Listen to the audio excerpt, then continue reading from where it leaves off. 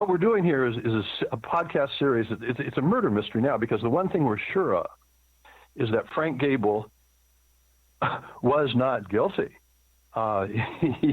He wasn't there. He didn't. He wasn't at the scene of the crime. He didn't know anything about it.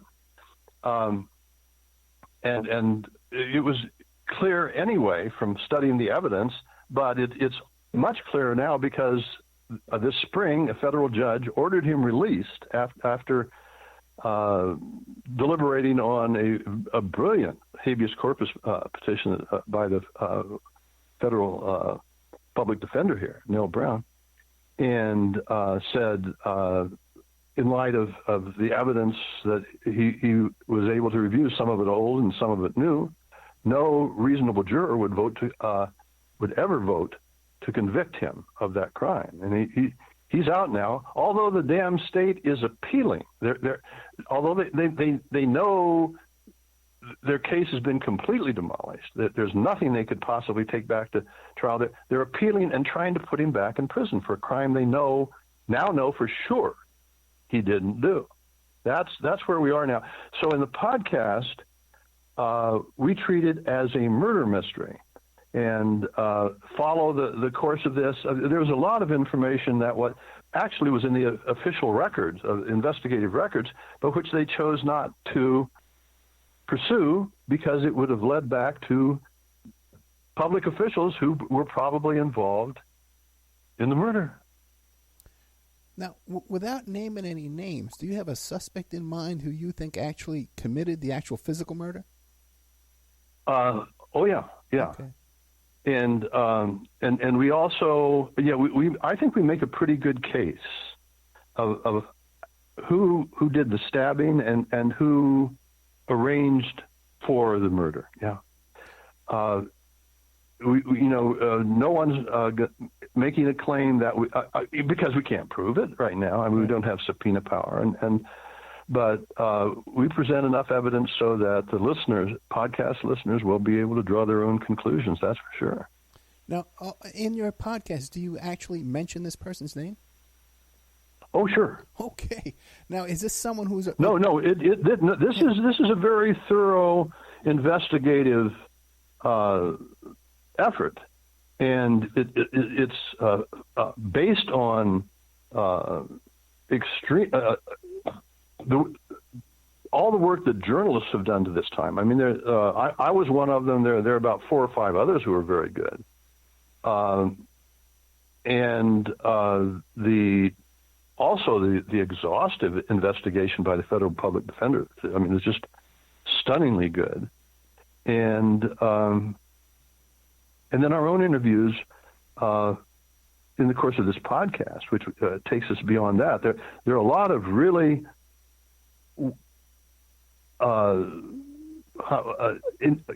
great. I can't think. I was thinking of all the different adjectives I could use to describe the interviews. Different interviews with people who were involved in this, who got caught up in this very complicated story. And we present. We name names and talk about how the thing probably went down and who was probably behind it. Now, the guy who you're fingering for this, the guy you think is good for this crime, is he still alive today? That I'm not going to get into it because that's a future episode. And we're telling a mystery story. I know. But you can't blame me for asking, right? but it's a natural question, yeah. and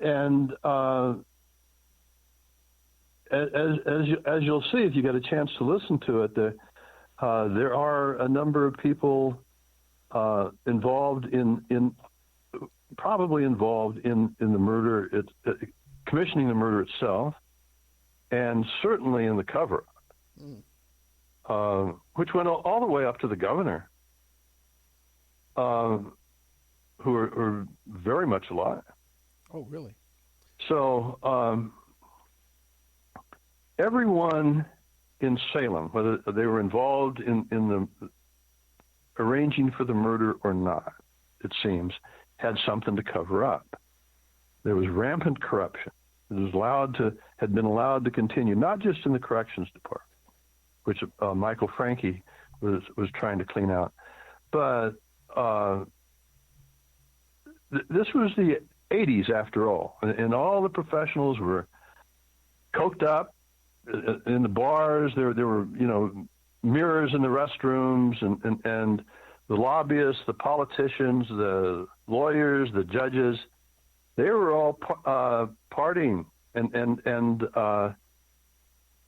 that's fine as far as I'm concerned, except especially when you're in law enforcement. It's utterly compromising. First of all, you're using a substance, an illegal substance, controlled substance, that you're prosecuting other people for using, and to buy it, you have to deal with people in the underworld anyway. I mean, that transaction is illegal. So one of the things I write about a lot, have written a lot about in the books we talked about, but especially Rose City Vice, is how inherently corrupting narcotics enforcement is. In the first place, there's only one really good way for narcotics cops to get inside a drug deal, I mean, since neither side is particularly eager to turn in the person they're doing business with, and that's to bust someone, compromise them, get them to turn in someone, and then start working with them. And in other words, you team up with they team up. Narcotics enforcement does teams up with half the crooks against their competition. It's inherently compromising, and it leads very quickly, very often, to corruption, because to cynicism, which leads to corruption. I mean, they can see that it's a phony game they're playing, and there's so much money, unaccountable money lying around, that they often fall for it, and the cops themselves become corrupt. Yeah, and when you have these informants out there making these cases for you, you're allowing them to continue in their trade. They're continuing to sell drugs under your... absolutely. Right. So then, that gives you access to the use of those drugs that they're buying and selling and stuff as well, and even a cut of their profits and stuff. You can stick your nose in that way too. And I'm seeing now today, especially with this younger crowd of heroin addicts, with these minor charges, where they're only facing like a year, and they're informing on each other. They're informing on their own friends. Sure. Their social network, the whole social network, are all informing on each other like it's nothing, with no consequences either. Yeah, in Salem, it was cocaine for the professional classes and meth for the man on the street for the lower classes, and the coke dealers somehow are the people in the coke trade, and certainly the professionals who are using coke had nothing to worry about. It was just an open secret. But what you were saying about the heroin dealers, the low-level heroin dealers informing on each other, all the meth dealers, that's how they made the case against the poor fella, Frank Gable, who they convicted of the Frankie murder. They didn't have any physical evidence, not a shred. What they did was to get about 8 or 9 ex-cons,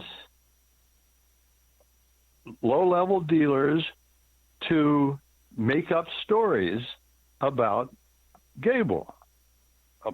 They even at one point had before one girl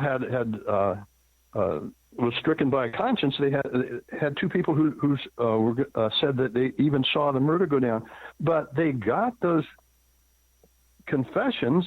They manufactured that those witness statements, I should say, using polygraph tests. They just kept giving polygraph tests until the so-called material witness figured out what story they wanted them to tell, and then they told the story, and then they put them on the stand. In this case, they've all recanted now. All of them have recanted, and that's one of the main reasons that the federal judge gave when he ordered Gable released. But it all comes from the essential compromising nature of narcotics enforcement. Can't be done. Now, Gable, when he was, did he have a vigorous defense? Did he have a defense team that was working on his behalf, or were they in on it too? Oh God, they're completely incompetent. That's okay. And the lead lawyer was drunk. It was awful. It was awful, that's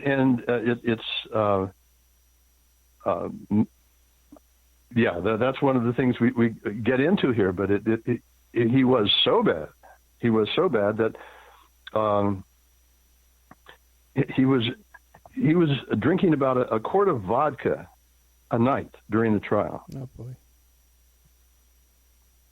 And he was not terribly competent to begin with. It was a sort of a non-defense.